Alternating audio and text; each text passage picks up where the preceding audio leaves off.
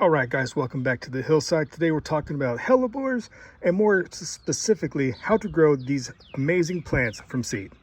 So just check out this beautiful flower. All right, hellebores are amazing. They're deer resistant, which I absolutely love, just like these bleeding hearts in the background. Deer pressure where I am is very severe, so I basically have to only grow things that the deer will not eat. So number one, grow hellebores, if not just for the aesthetic reasons, for the deer resistance as well. Now, I don't remember the variety of this one in particular. Now, I think I might have grown this one from seed. I'm not sure because I planted a bunch of seeds here and I completely forgot about them. Okay, so one day I've noticed that this plant was growing. So I think what happened is I planted these seeds and a couple of years ago, and then eventually one of them decided it was going to grow. It was happy, it was time. And here it is, this great big, beautiful, beautiful plant here. As you can see, it is probably over a foot, maybe 18 inches tall, very filled out, very healthy, and very lush. Now, that being said, growing them from seed, these plants have a very much like a built-in mechanism so they don't sprout at the wrong time, just like many other plants, okay? However, these guys actually will bloom in late February, early March, and continue on through April and maybe even to the first parts of May before the temperature really heats up.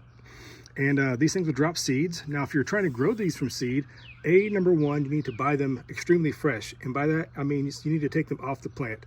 Not from mail order, because they get old, they become less viable almost immediately, at least in my experience. You may have other experiences.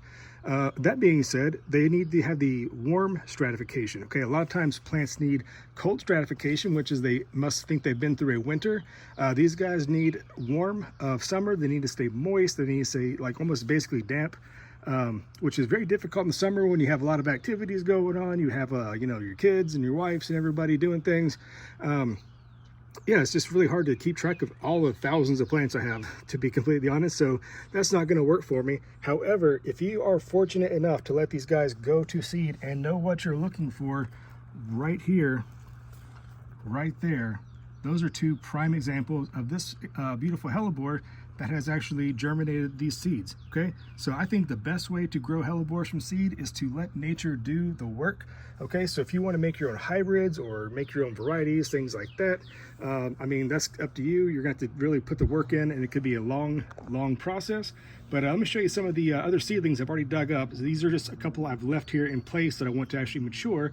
But let me show you what is possible and just how many plants you can get for free if you just know what to look for and are able to carefully dig up these seedlings in the spring.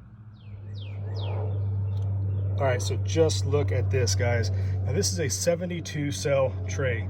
Okay, and I think one of these might have been taken out by some slugs, maybe two. So just think about it, 70 free plants. Okay, now growing from seed, there might be a little bit of genetic diversity. They're not going to be exact clones per se, even though it was most likely self-pollinated. So yeah, growing these out would be pretty much an exciting experiment to see if anything different comes out, which they'll all pretty much resemble the parent plant, I'm fairly certain. But if that was a hybrid, you never know what it was mixed with. So there's a little bit of a surprise in this. But look at this, like I said, 72.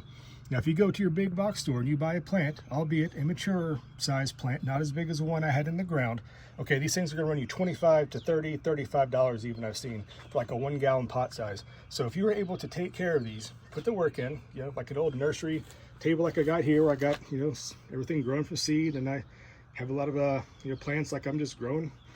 If I was able to take all of these out and just grow them, and then we're able to sell them or just to trade them or whatever, these are very high dollar, high valuable plants. So there you go. That'll actually save you tons of money. And if you're into trading plants, or if you want to make a small little profit on the side, little side hustle action, guys, this is a surefire way to get you some plant stock that you can actually sell and or trade or barter with, right? So hopefully this helped you guys.